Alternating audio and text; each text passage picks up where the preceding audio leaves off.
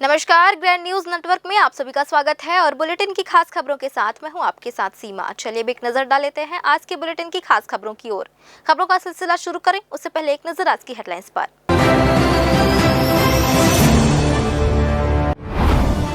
लोकार्पण कार्यक्रम अचानक स्थगित। डिप्टी सीएम साव के मुख्य आतिथ्य में था प्रस्तावित। सुर्खियों में भाजपा की अंदरूनी कलह, भाजपा ने किया खारिज। कल से शुरू होगा बजट मंथन। वित्त मंत्री चौधरी का बड़ा दावा, प्रदेश के हर वर्ग के विकास पर आधारित होगा छत्तीसगढ़ का बजट। कार्याम की सड़क बनी खतरे की डगर, गड्ढों और उखड़े डामर ने बढ़ाई हादसों की आशंका। पैचवर्क का दावा, लेकिन कब मिलेगी राहगीरों को राहत। और न्यायधानी बिलासपुर में जल संकट भारी, 300 करोड़ खर्च, फिर भी जलापूर्ति ठप। कब तक सामान्य होगी स्थिति, निगम प्रशासन नहीं दे पा रहा सही जानकारी। ये थी हेडलाइंस और अब खबरें विस्तार से। छत्तीसगढ़ में जहां एक ओर विकास कार्यों को तेज रफ्तार देने की कोशिशें जारी हैं, वहीं दूसरी ओर भाजपा की अंदरूनी राजनीति एक बार फिर चर्चा का विषय बन गई है। बिलासपुर नगर निगम क्षेत्र के अंतर्गत आने वाले सकरी में प्रस्तावित शिलान्यास और लोकार्पण कार्यक्रम को सोमवार को अचानक स्थगित कर दिया गया, जिससे सियासी हलकों में हलचल मच गई है। कार्यक्रम में उप मुख्यमंत्री एवं नगरीय प्रशासन मंत्री अरुण साव को मुख्य अतिथि के रूप में शामिल होना था। कार्यक्रम को लेकर तैयारियां पूरी हो चुकी थी, लेकिन सोमवार सुबह अचानक कार्यक्रम रद्द होने की सूचना सामने आई। इसके बाद राजनीतिक गलियारों में तरह तरह की चर्चाएं शुरू हो गई। प्रशासनिक स्तर पर कार्यक्रम स्थगित करने का कारण ये बताया गया कि कुछ अतिरिक्त विकास कार्यों को कार्यक्रम में शामिल किया जाना है, जिनके पूर्ण होने के बाद शिलान्यास और लोकार्पण कार्यक्रम दोबारा आयोजित किया जाएगा। हालांकि केवल कार्य जोड़े जाने की वजह से कार्यक्रम टालने की बात आम लोगों और राजनीतिक जानकारों को पूरी तरह से हजम नहीं हुई। इसी बीच एक और बड़ा कारण सामने आया। जानकारी के मुताबिक छपे हुए निमंत्रण पत्र में भाजपा के एक वरिष्ठ नेता, पूर्व मंत्री और पूर्व विधानसभा अध्यक्ष का नाम शामिल नहीं था, जबकि अन्य जनप्रतिनिधियों के नाम आमंत्रण पत्र में दर्ज थे। इसी बात को लेकर नाराजगी की चर्चाएं तेज हो गई हैं और माना जाने लगा कि कार्यक्रम स्थगित होने के पीछे यही असली वजह है। हालांकि इन अटकलों को प्रशासन और जनप्रतिनिधियों ने पूरी तरह खारिज कर दिया है। बेलतरा विधानसभा से विधायक सुशांत शुक्ला ने साफ कहा कि पार्टी में किसी भी वरिष्ठ नेता की अनदेखी नहीं की गई है और सभी का पूरा सम्मान किया जाता है। उनके अनुसार कुछ विकास कार्य अधूरे रह गए थे, जिन्हें जोड़ने के बाद कार्यक्रम को नए सिरे से आयोजित किया जाएगा। वहीं उप मुख्यमंत्री अरुण साव ने भी स्पष्ट किया कि कार्यक्रम स्थगित होने का कारण पूरी तरह तकनीकी और विकास कार्यों से जुड़ा हुआ है। उन्होंने कहा कि इसका किसी नेता के नाम या राजनीतिक मतभेद से कोई लेना देना नहीं है। बिल्कुल भी ऐसा नहीं होता है। सबका सम्मान है और सभी को बराबर स्थान मिलता है। प्रशासनिक विसंगतियों के कारण वो कार्यक्रम निरस्त हुए हैं कि पूर्व में वो शिलान्यास ई माध्यम से हो चुके थे, तो वो भूमि पूजन के बजाय वो शिला पूजन होना था और मौके पर होना था। ये विसंगति को सुधारने के लिए डेट के एक्सटेंड किया गया है। पिछली बार जिस तरह से सीनियर नेताओं की नाराजगी, इस बार भी उसी बात पर मैं पुनः स्थापित कर रहा हूँ कि कोई भी वरिष्ठ हमारे नेता उससे नाराज नहीं है। विसंगति, प्रशासनिक विसंगतियों के कारण डेट चेंज की गई है, स्थगित नहीं की गई। अभी सकरी में जो आज कार्यक्रम था, कुछ हमारे कुछ महत्वपूर्ण काम छूट गए थे, तो उसको बड़ा कार्यक्रम करें करके अभी अचानक से हम पोस्टपोन किए हैं। आने वाले दिनों में शीघ्र ही इसका तिथि तय करके कार्यक्रम किया जाएगा। फिलहाल भले ही आधिकारिक तौर पर सभी अटकलों को नकार दिया गया हो, लेकिन कार्यक्रम के अचानक स्थगन ने भाजपा की अंदरूनी खींचतान को लेकर कई सवाल जरूर खड़े कर दिए हैं। अब देखना होगा कि दोबारा कार्यक्रम कब आयोजित होता है और सियासी सरगर्मी कब शांत होती है। ग्रैंड न्यूज के लिए कैमरामैन राहुल ठाकुर के साथ भारतेंदु कौशिक की रिपोर्ट। मुंगेली जिले में नरेश साहू की संदिग्ध आत्महत्या का मामला लगातार तूल पकड़ते जा रहा है। आत्महत्या से पहले बनाए गए वीडियो में लगाए गए गंभीर आरोपों और पूरे प्रकरण की निष्पक्षता पर उठ रहे सवालों के बीच अब मुस्लिम समाज भी खुलकर सामने आया है। सोमवार को मुस्लिम समाज के लोग नेहरू चौक में एकत्र हुए और पैदल मार्च करते हुए आईजी कार्यालय पहुंचे, जहां उन्होंने पुलिस महानिरीक्षक को ज्ञापन सौंपकर पूरे मामले की सीबीआई जांच की मांग की। देखिए क्या है पूरी खबर। मुस्लिम समाज के प्रतिनिधियों ने कहा कि आत्महत्या पूर्व वीडियो में जिन तथ्यों और आरोपों का जिक्र किया गया है, वह इस मामले को बेहद संवेदनशील बनाता है। मृतक द्वारा कुछ व्यक्तियों के नाम लेने और मानसिक प्रताड़ना की बात कह जाने से संदेह और गहरा गया है। समाज का कहना है कि यदि जांच स्थानीय स्तर पर होगी तो निष्पक्षता पर सवाल उठ सकते हैं। इसलिए इस पूरे प्रकरण की जांच किसी स्वतंत्र एजेंसी, विशेषकर सीबीआई से कराई जानी जरूरी है ताकि सच्चाई सामने आ सके। हम लोग यहाँ पर आज हमारे साथी नरेश साहू की जो मौत हुई है उसके लिए निष्पक्ष जांच के लिए यहाँ पर आए थे आईजी साहब से मिलने के लिए कि जो उसकी मौत हुई है हमारे साथी की उस पर जो भी निष्पक्ष जांच हो सकती है शासन प्रशासन की तरफ से वो कराई जाए और किसी भी धर्म या जाति को इस पे ना घसीटा जाए। व्यक्ति विशेष से गलती हो सकती है और जो अपराधी है या जो दोषी है उसको सज़ा मिलनी चाहिए। यही मांग लेके आज हम मुस्लिम समाज के बिलासपुर मुस्लिम समाज के पूरे साथी यहाँ इकट्ठा हुए थे। आईजी साहब से हम लोगों ने मिलकर इस बात को रखा अपनी कि इस पे बड़ी से बड़ी सज़ा जो अपराधी है उसको होनी चाहिए, चाहे अपराधी कोई भी हो। हाल फिलहाल में जो एक बहुत दुखदाई घटना बिलासपुर ज़िले में घटित हुई है, नरेश साहू जो हमारा छोटा प्रिय भाई था, उन्होंने आत्महत्या किया। अब उनके प्रति, उनके संवेदना के प्रति, उनके परिवार के प्रति हम मुस्लिम समाज के लोग एकत्रित हुए और आज हम लोगों ने एकत्रित होने के साथ में बिलासपुर महानिरीक्षक आईजी रेंज श्री शुक्ला साहब से भी मुलाकात हम लोगों ने की है। अपनी बात भी रखी है कि जो निष्पक्षता है उसकी जांच किया जाए। सीबीआई जांच की मांग हम लोगों ने की है। मुस्लिम समाज के लोग साहू परिवार के साथ कंधे से कंधा मिला के खड़ा है। मुस्लिम समाज ने यह भी स्पष्ट किया कि अपराध करने वाला व्यक्ति अपराधी होता है, उसका कोई धर्म नहीं होता। एक आरोपी के कारण पूरे समाज को निशाना बनाना गलत है। समाज के लोगों ने नरेश साहू की मौत पर गहरा दुख व्यक्त करते हुए उसकी आत्मा की शांति के लिए कामना की और मांग की कि दोषी चाहे कोई भी हो उसके खिलाफ सख्त से सख्त कार्रवाई की जाए। साथ ही भविष्य में ऐसी घटनाएं ना हो इसके लिए प्रशासन से ठोस कदम उठाने की अपील भी की गई है। ग्रैंड न्यूज के लिए कैमरामैन राकेश मिश्रा के साथ पिंटू दुबे की रिपोर्ट। ग्रैंड न्यूज की खबर का एक बार फिर बड़ा असर देखने को मिला है। बिलासपुर जिले में शिक्षा विभाग ने कड़ा कदम उठाते हुए एक प्रधान पाठक को तत्काल प्रभाव से निलंबित कर दिया है। यह कार्रवाई शराब सेवन, अनुशासनहीनता और दुर्व्यवहार की गंभीर शिकायतों के बाद की गई है। मामला विकासखंड बिल्हा के अंतर्गत शासकीय प्राथमिक शाला मटियारी का है। यहाँ पदस्थ प्रधान पाठक LB प्रताप सत्यार्थी के खिलाफ शाला समय में शराब सेवन करने, अन्य शिक्षकों से दुर्व्यवहार करने, नियमित रूप से देर स्कूल आने और समय से पहले चले जाने जैसी गंभीर शिकायतें सामने आई थी। इन शिकायतों को ग्रैंड न्यूज की टीम ने प्रमुखता से प्रसारित किया था। खबर सामने आने के बाद जिला शिक्षा अधिकारी विजय टांडे ने पूरे मामले को गंभीरता से लेते हुए जांच के आदेश दिए। ये जांच विकासखंड शिक्षा अधिकारी बिल्हा द्वारा की गई। जांच प्रतिवेदन में प्रधान पाठक प्रताप सत्यार्थी पर लगाए गए सभी आरोप सही पाए गए। जी हाँ, आपको बता दें कि जांच में स्पष्ट हुआ कि प्रधान पाठक का आचरण न केवल शिक्षकी गरिमा को ठेस पहुंचाने वाला है, बल्कि छत्तीसगढ़ सिविल सेवा आचरण नियम 1965 के नियम 3 का भी खुला उल्लंघन है। सहकर्मियों के साथ दुर्व्यवहार और शराब सेवन की पुष्टि होने पर विभाग ने इसे गंभीरता से लिया और इसे एक अनुशासनहीनता माना। इन्हीं तथ्यों के आधार पर जिला शिक्षा अधिकारी ने प्रताप सत्यार्थी को तत्काल प्रभाव से निलंबित कर दिया है। निलंबन अवधि में उनका मुख्यालय कार्यालय विकासखंड शिक्षा अधिकारी बिल्हा निर्धारित किया गया है। साथ ही निलंबन काल में उन्हें नियमानुसार केवल जीवन निर्वाह भत्ता ही दिया जाएगा। ये कार्रवाई शिक्षा विभाग की सख्ती और ग्रैंड न्यूज की प्रभावी पत्रकारिता का स्पष्ट उदाहरण है, जिससे ये संदेश गया है कि शिक्षा व्यवस्था में लापरवाही और अनुशासनहीनता किसी भी हाल में बर्दाश्त नहीं की जाएगी। कैमरामैन गोलू कश्यप के साथ भारतेंदु कौशिक की रिपोर्ट। कलेक्टर एवं जिला निर्वाचन अधिकारी द्वारा 4 जनवरी 2026 का दैनिक बुलेटिन जारी किया गया है। इस बुलेटिन में साफ तौर पर कहा गया कि केवल निर्धारित प्रपत्रों में प्राप्त दावा और आपत्तियों पर ही कार्रवाई की जाएगी।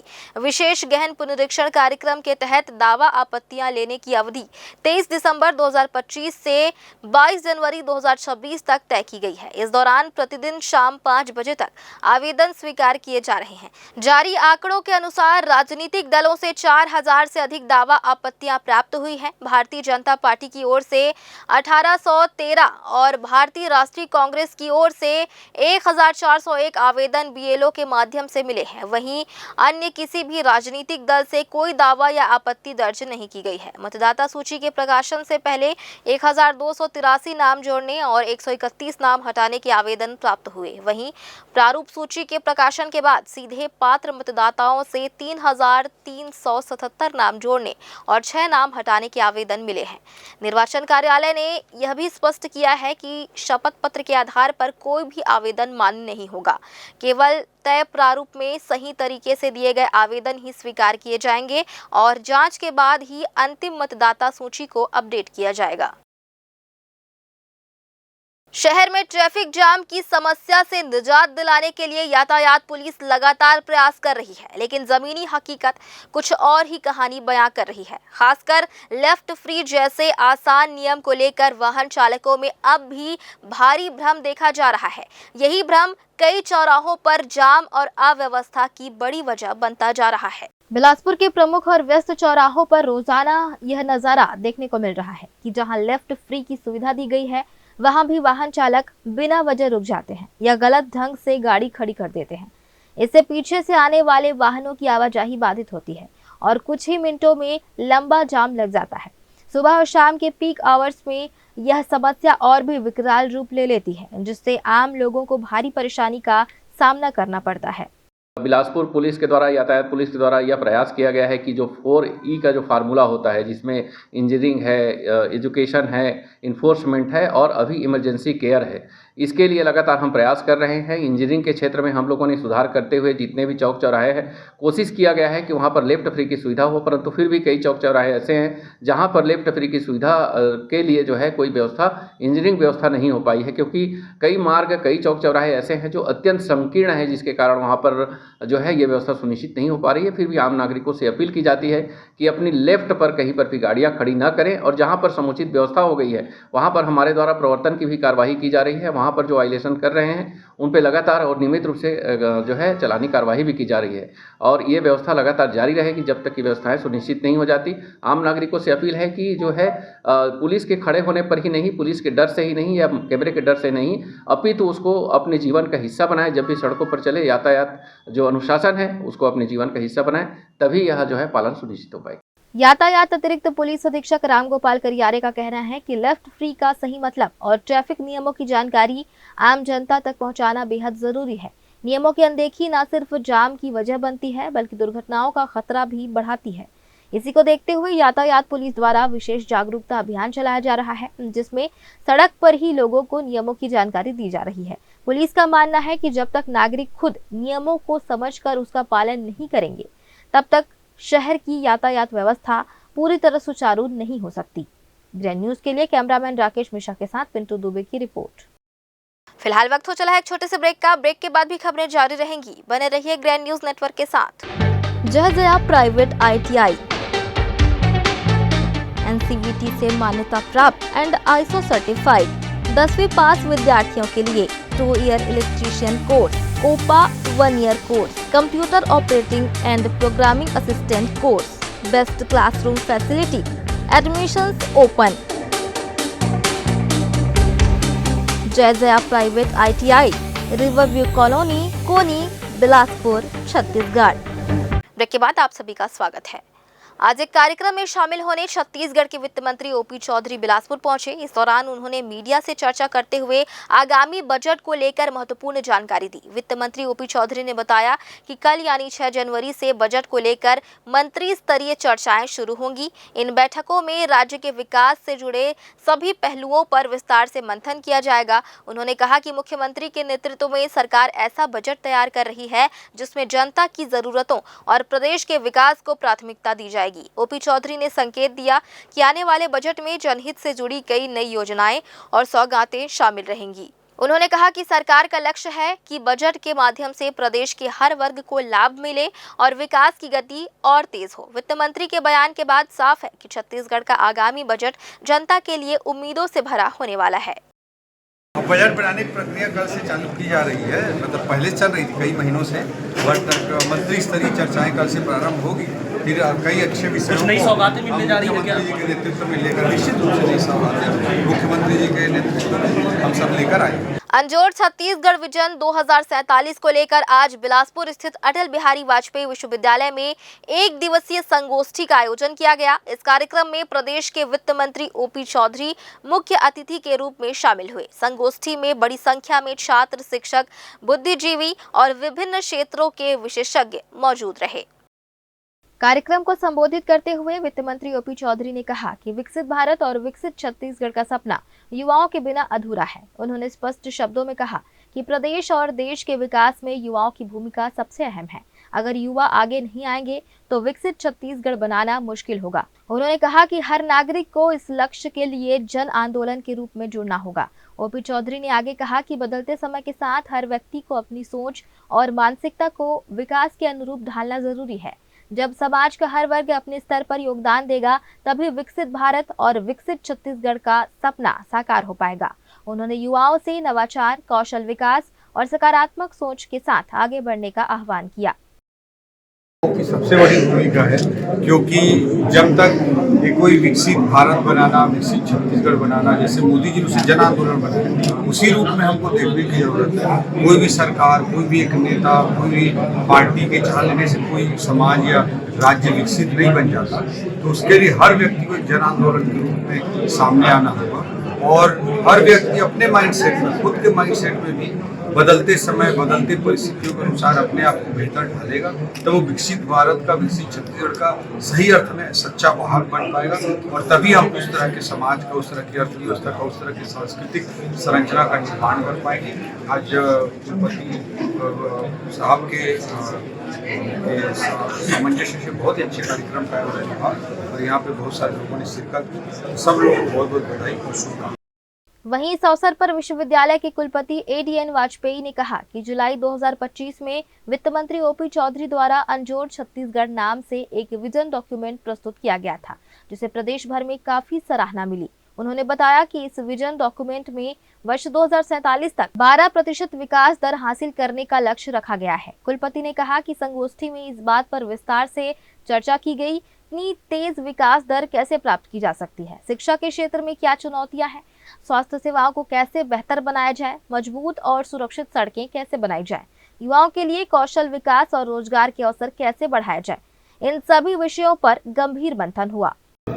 हमारे ओपी चौधरी जी ने प्रदेश का एक विकसित छत्तीसगढ़ का विजन डॉक्यूमेंट छत्तीस अंजोर के नाम से मे फेयर में प्रस्तुत किया था, जिसकी सबने प्रशंसा की। उसमें नीति आयोग के सभी लोग थे, जो राष्ट्रीय स्तर के और प्रदेश स्तर के, साथ ही साथ जो जितनी पूरी कैबिनेट वहाँ पर उपस्थित थी, उसे कैबिनेट ने अप्रूव किया, विधानसभा अप्रूव किया। तो उसमें 13 पॉइंट्स से लेकर के विकास की रणनीति बनाएगी। 3 मेजर पॉइंट्स हैं और 13 सब थीम्स उसको लेकर के, उन सारी सब थीम्स को लेकर के हमने पहले डिस्कशन किया था, इन-हाउस डिस्कशन किया था 24 तारीख को। उसी के बृहत्तर स्वरूप हमने किया।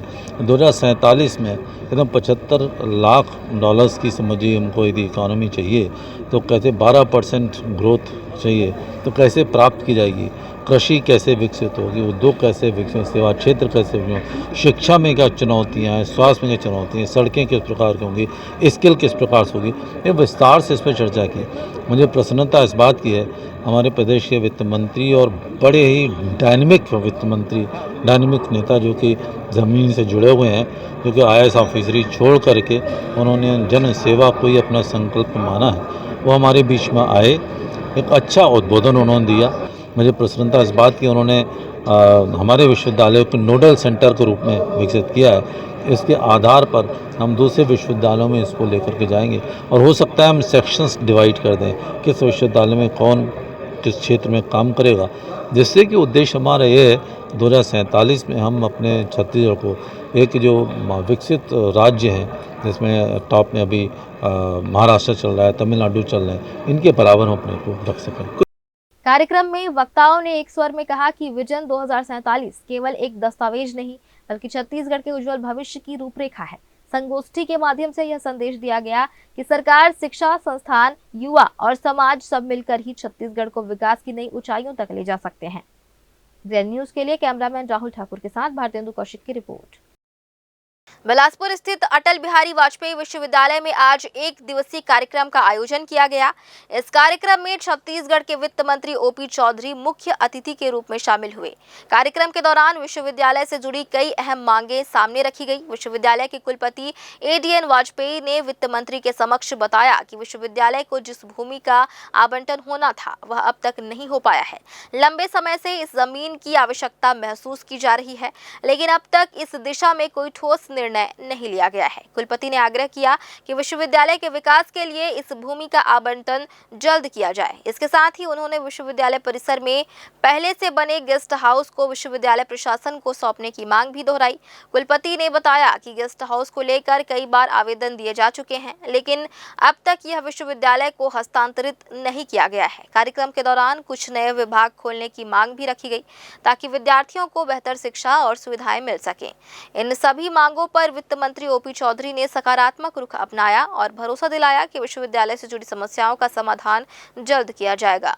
उन्होंने कहा कि राज्य सरकार शिक्षा संस्थानों के विकास को लेकर गंभीर है और आवश्यक मांगों को प्राथमिकता के साथ पूरा करने का प्रयास किया जाएगा। कार्यक्रम के अंत में विश्वविद्यालय प्रशासन और विद्यार्थियों ने वित्त मंत्री के आश्वासन पर संतोष जताया। आज हमने मांग की, हमारे बहुत दिनों से लंबित पड़ी हुई थी मांग हमारी, हमको जो ज़मीन आवंटित होना था वो नहीं हो पाई। ये ट्रांजिट गेस्ट हाउस ये है, आप सबको मांग उठानी चाहिए, हमारी मांग आपकी मांग बननी चाहिए। बीचों में ट्रांजिट गेस्ट हाउस बना हुआ है, सारे विद्यार्थी आते हैं, वहाँ जाइए कपड़े लटके रहते हैं दोस्तों के, क्या समझिए की बातचीत हुई। तो हमने दोनों ट्रांजिट गेस्ट हाउस को हमें देने के लिए साथ ही साथ अतिरिक्त भूमि आवंटित करने का अनुरोध किया और कुछ हमारे नए विभाग खोलने के लिए वित्तीय संसाधनों की आवश्यकता थी। हमारे 23 जो शैक्षणिक पद हैं उनके लिए वित्तीय स्वीकृति की बात थी, वो हमने उनसे रिक्वेस्ट की है। लगता है बजट में शामिल कर लिया जाएगा। और उन्होंने कहा है कि आधारभूत संरचना के लिए हम जितनी राशि मांगे हमको देंगे, अभी हम प्रस्ताव बना के भेजेंगे उनके पास। बिलासपुर में यातायात नियमों का पालन सुनिश्चित करने के लिए पुलिस ने सीट बेल्ट को लेकर और सख्त मुहिम शुरू की है। लगातार समझाइश के बावजूद कई वाहन चालक नियमों की अनदेखी कर रहे थे, जिसके चलते अब पुलिस को कार्रवाई का रास्ता अपनाना पड़ा है। कार चालकों के लिए सीट बेल्ट अनिवार्य किया गया है और नियमों का उल्लंघन करने पर कड़ी कार्रवाई के साथ चालान भेजा जाएगा। खासतौर पर बड़े वाहन चालकों को सीट बेल्ट पहनने के निर्देश दिए गए हैं, क्योंकि दुर्घटना की स्थिति में यह जीवन रक्षा का सबसे अहम साधन है। शहर के प्रमुख चौक चौराहों पर लगे ऑटोमेटिक ट्रैफिक कैमरों के जरिए लगातार निगरानी की जा रही है और बिना सीट बेल्ट वाहन चलाने वालों पर कार्रवाई तय की गई है। यातायात अतिरिक्त पुलिस अधीक्षक गोपाल करियारे ने बताया कि सीट बेल्ट लगाने से चालक की खुद की सुरक्षा सुनिश्चित होती है, इसलिए पुलिस लगातार लोगों को जागरूक कर रही है। उन्होंने स्पष्ट कहा कि सीट बेल्ट अब केवल नियम नहीं, बल्कि हर चालक के जीवन की सुरक्षा से जुड़ी अनिवार्यता बन चुकी है। इसलिए लगातार आप देख रहे हैं कि लाखों की संख्या में हमारे द्वारा जो माइकिंग की जाती है, ITMS के जो PS सिस्टम लगे हैं उनके द्वारा लाखों की संख्या में रोजाना हमारे द्वारा लोगों को संदेश दिया जा रहा है कि सीट बेल्ट की उपयोगिता क्या है। लोगों को जीवन रक्षा के लिए जो है ये अत्यंत आवश्यकता है, क्योंकि जब भी कोई कार में सड़क दुर्घटनाएँ होती हैं तो ऐसे वाहन चालक जो कि सीट बेल्ट का उपयोग नहीं करते, कई बार दुर्घटना की स्थिति बनती है। इसको भली भांति जो है आम जनता जानती भी है, फिर भी अगर लापरवाही करते हैं तो उस पर लगातार हमारे जो है शहर में इस पर कार्रवाई भी की जा रही है, संदेश भी दिया जा रहा है। लाखों की संख्या में लोगों को रेडियो प्रसारण के माध्यम से, प्रातः जो हमारा यातायात बुलेटिन जारी होता है उसके माध्यम से लगातार जागरूक किया जा रहा है। अंत में जो है प्रवर्तन की कार्रवाई भी की जा रही है। फिर भी मैं आम नागरिकों से कहना चाहूँगा कि भूतल परिवहन मंत्रालय के दिशा निर्देश पर, PHQ के माध्यम से, आदरणीय वरिष्ठ पुलिस अधीक्षक महोदय के दिशा निर्देश पर लगातार लोगों को जागरूक किया जा रहा है और यह जागरूकता अभियान पूरे महीने भर चलेगा। जन जन तक पहुँचाने का प्रयास किया जा रहा है। पुलिस से, प्रेस से, पब्लिक से, सभी से मेरा निवेदन है कि इस बात को जन जन तक पहुंचाएं ताकि लोगों को वाहन चलाते समय सदैव सुरक्षित गंतव्य तक पहुंचने में सहयोग मिल सके। बिलासपुर रेलवे स्टेशन पर सुरक्षा व्यवस्था की सतर्कता का एक सराहनीय उदाहरण सामने आया है, जहां रेलवे पुलिस की तत्परता से एक यात्री की गुम हुई लाइसेंसी बंदूक और कारतूस सुरक्षित रूप से बरामद कर ली गई। देखिए क्या है पूरी खबर। मामला 4 जनवरी 2026 का है। उत्तर प्रदेश के कौशाम्बी जिले की थाना सराय अकील अंतर्गत ग्राम चिंतापुर निवासी विजय कुमार मिश्रा बिलासपुर से रायगढ़ जाने के लिए रेलवे स्टेशन बिलासपुर पहुंचे थे। इसी दौरान उनका बैग, जिसमें 12 बोर की लाइसेंसी बंदूक और 10 जिंदा कारतूस रखे थे, स्टेशन परिसर में ही कहीं गुम हो गए, जिसकी शिकायत रेलवे पुलिस को दी गई। सूचना मिलते ही रेलवे पुलिस हरकत में आकर स्टेशन परिसर में सघन तलाशी अभियान चलाया गया। प्लेटफॉर्म, प्रतीक्षालय और आसपास के क्षेत्रों की बारीकी से जांच की गई। लगातार प्रयासों के बाद पुलिस को सफलता मिली और गुम हुई 12 बोर की बंदूक व 10 जिंदा कारतूस बैग सहित सुरक्षित बरामद कर लिए गए। इसके बाद बंदूक से संबंधित सभी आवश्यक दस्तावेज और लाइसेंस की जांच की गई, जो पूरी तरह से वैध और सही पाए गए। सभी औपचारिकताओं के बाद बंदूक और कारतूस को प्रार्थी विजय कुमार मिश्रा को सुपुर्द किया गया। अपनी कीमती और संवेदनशील वस्तु वापस पाकर प्रार्थी ने रेलवे पुलिस का आभार व्यक्त किया। 2 बजे के बाद एक व्यक्ति स्टेशन जीआरपी थाना बिलासपुर में आया। उसने अपना एक 12 बोर की बंदूक और 10 कारतूस बैग में स्टेशन बिलासपुर में कहीं गुम हो जाने की सूचना दिया, जिस पर हम लोगों ने स्टाफ के साथ स्टेशन में तलाश कर प्रार्थी विजय कुमार मिश्रा, पिता राधेश्याम मिश्रा, निवासी है कौशाम्बी जिला उत्तर प्रदेश का रहने वाला है, जो अंबिका अपना प्रयागराज से बिलासपुर आया, बिलासपुर से रायगढ़ जाना चाह रहा था। इसी बीच उसने अपना स्टेशन में कारतूस और बंदूक भूल गया। हमने अपने स्टाफ के साथ तलाश कर उसे इस वक्त वापस कर रहे हैं। मैं प्रयागराज से बैठा गाड़ी से और बिलासपुर उतरा उसलापुर से फिर मैं रायगढ़ के लिए बिलासपुर आया। बिलासपुर से अपना बैग और बंदूक तोड़ करके लपेटा हुआ था। किसमें रखे थे? जो बैग में रखे। जी सर।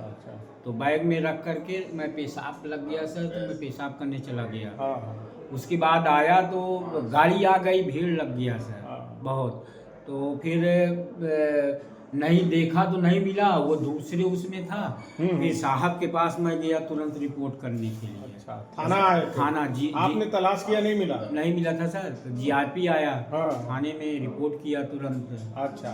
तो फिर उसके बाद सर साहब लोग हमारे पास साथ में गए। फिर खोजे कहाँ आपका पूरा स्टेशन खोजे? जी पूरा स्टेशन। तो हमारा बंदूक जहाँ रखे थे वही नीचे मिल गया। आप भूल गए थे जगह? जहाँ जिस जगह पे भूले थे सर वहीं हमको मिल गया। अच्छा। साहब के द्वारा सब लोगों को। ये घटना रेलवे स्टेशन पर सुरक्षा व्यवस्था और पुलिस की सतर्कता को दर्शाती है, जो यात्रियों की सुरक्षा के लिए हर समय मुस्तैद है। कैमरामैन गोलू कश्यप के साथ भारतेंदु कौशिक की रिपोर्ट। एक बार फिर से वक्त हो चला एक छोटे से ब्रेक का। ब्रेक के बाद भी खबरें जारी रहेंगी, बने रहिए ग्रैंड न्यूज नेटवर्क के साथ। जया प्राइवेट ITI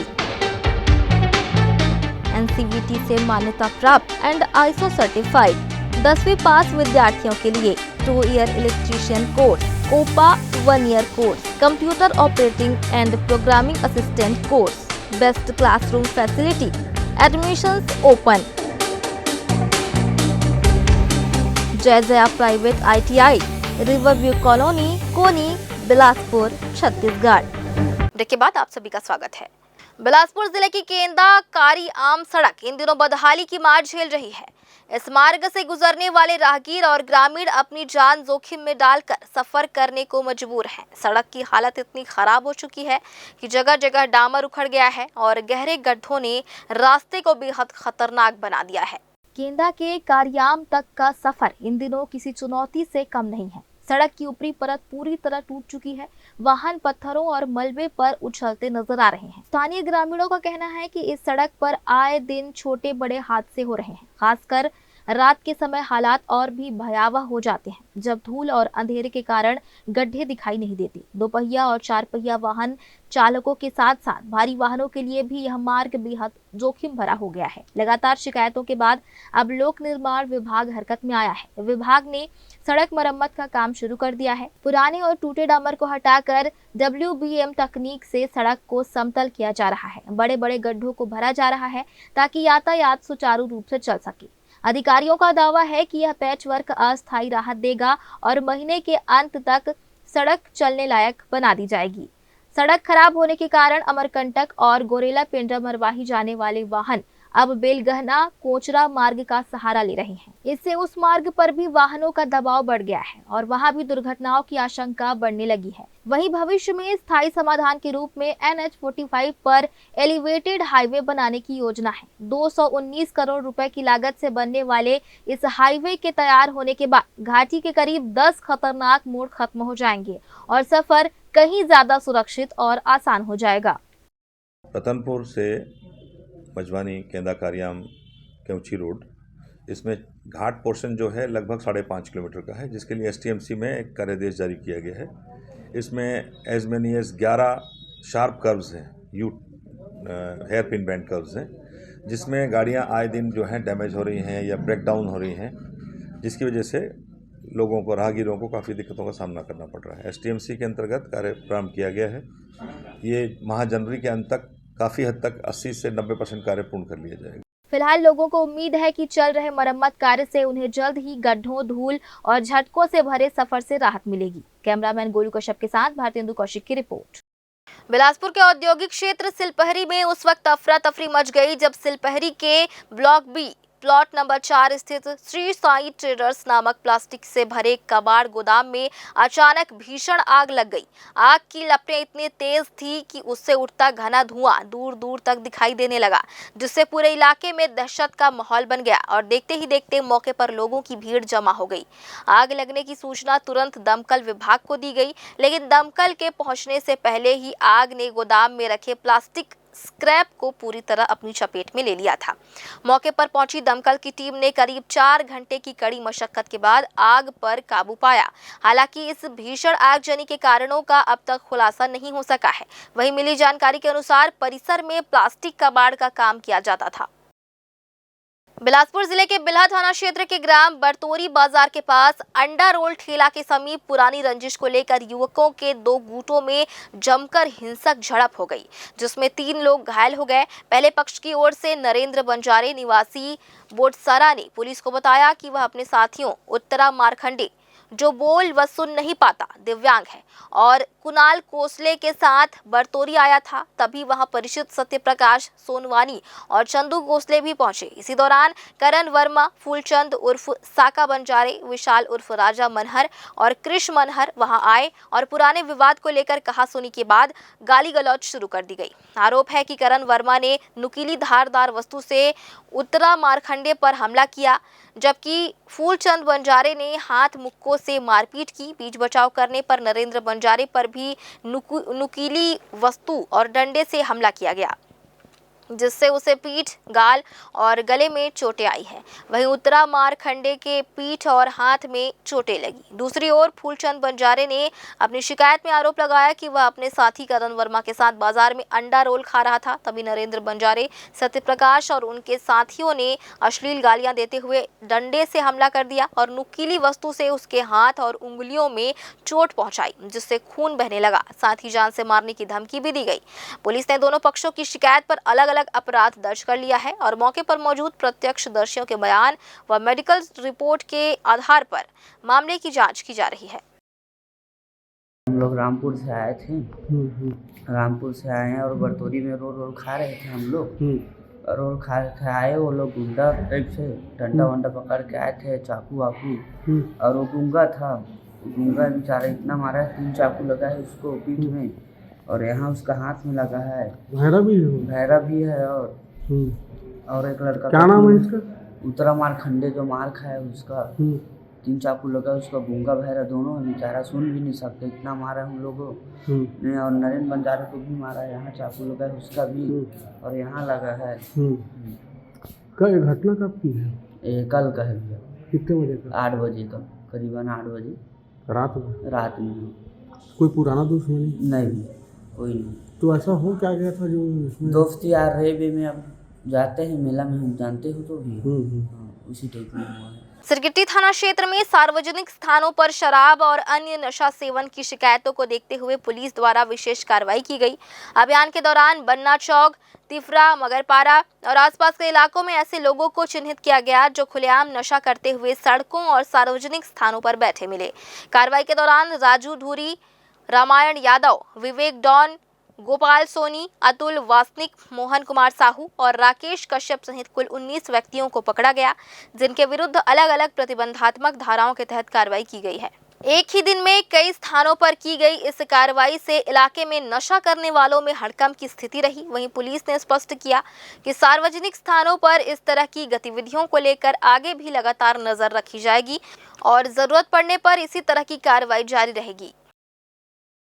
बिलासपुर के सिविल लाइन थाना क्षेत्र से दिल दहला देने वाली घटना सामने आई है। पैसों के विवाद ने ऐसा हिंसक रूप ले लिया कि पति ने पहले अपनी पत्नी पर चाकू से हमला कर दिया और फिर खुद को भी घायल कर लिया। इस वारदात में पति पत्नी दोनों गंभीर रूप से घायल हो गए हैं, जिनका इलाज सिम्स अस्पताल में चल रहा है।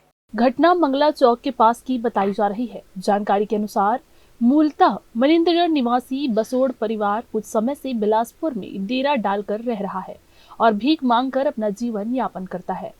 बीती रात पत्नी के पास रखे पैसे अचानक गायब हो गए थे। इस बात को लेकर उसने अपने पति से सवाल किए, जिसके बाद दोनों के बीच कहासुनी शुरू हो गई और विवाद लगातार बढ़ता चला गया। इनका नाम है रेमून भाई। इनके पति का नाम पंतल। कौन जात के हैं? बसोर। क्या घटना हुआ है बताइए। घटना हुआ, मार दिया चाकू से, यहाँ से कट गया पूरा, उसका चेहरा कट गया और फिर उसके बाद वो अपने बाप को मारने लगा। बहन है, ननद है, हम लोग देखे सर तो हम लोग लेकर आ गए हॉस्पिटल में। क्यों हुआ झगड़ा? पैसा वैसा के विषय में हुआ सर।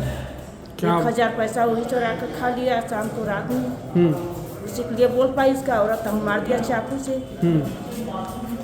क्या बजे घटना है? ये 12 बजे के समय का है। बीच चौक में हुआ है? जी। आप कौन हो? मैं उसका ननद। क्या नाम है आपका? मानकू। और इसका आदमी भी अपने आप को चाकू मार लिया? अपने आप चाकू मारा है, अपने बाई को काट लिया, अपने आप को छेदा चारी तरफ। अच्छा, कहाँ है तो वो? ऊपर में उसको इलाज चल रहा है। सर शाम को मेरे बेटी दामाद को पैसा मेरे बेटी के झोली से पता नहीं चला, मेरा दामाद निकाल लिया, कौन निकाल लिया? उसी के कारण से लोग झगड़ा होने लगे। शाम को होते होते झगड़ा 8-10 बजे रात मेरे दामाद ने चाकू चला लिया शराब पी के मेरे बेटी। सुबह दारू पिया तो अभी 10 बजे उसको चाकू चला दिया। आपकी बेटी के ऊपर चाकू चलाया? हाँ, मेरी बेटी के ऊपर। वो अपने ऊपर भी चाकू? अरे अपने के ऊपर में जब बेटी चाकू चला दिया ना, तो जब मैं उधर से दौड़ने लगी, मंगला चौक में मैं भीख मांगती हूँ चौक में, तो गाड़ी जब पार हुआ तो बेटी को देखा तो खूना खून। तो मैं उधर से दौड़ी तो अपने हाथ चाकू ऐसे करता रहा, करके नली में चाकू फेंक दिया है मेरा सामान। और आप लोग कहाँ पे रहते हो? मंगला चौक साईं भोजनालय के पास, मेरे गैस गोदाम के पास। गैस गोदाम वहीं पे वही सब घटना? हाँ, वहीं पर है गैस गोदाम। क्या नाम है आपके बेटी और दामाद का? मेरे बेटी का नाम है रहीमून और मेरे दामाद का नाम है कंतलाल। और आपका नाम? विवाद के दौरान आक्रोशित पति ने मंगला चौक के पास चाकू निकालकर पत्नी के चेहरे पर वार कर दिया, जिससे वो गंभीर रूप से घायल हो गई। इसके बाद पति ने भी खुद पर चाकू से हमला कर लिया। डेरे में मौजूद परिजनों ने दोनों को लहूलुहान हालत में सिम्स अस्पताल पहुंचाया, जहां उनका इलाज फिलहाल जारी है। घटना की सूचना मिलते ही पुलिस मौके पर पहुंची और पूरे मामले की जाँच में जुट गई है। कैमरामैन राकेश मिश्रा के साथ पिंटू दुबे की रिपोर्ट। एक बार फिर से वक्त हो चला एक छोटे से ब्रेक का। ब्रेक के बाद भी खबरें जारी रहेंगी, बने रहिए ग्रैंड न्यूज नेटवर्क के साथ। जहजया प्राइवेट ITI NCVT से मान्यता प्राप्त एंड ISO सर्टिफाइड 10वीं पास विद्यार्थियों के लिए 2 year electrician course, OPA 1 year course, computer operating and programming assistant course, best classroom facility, admissions open.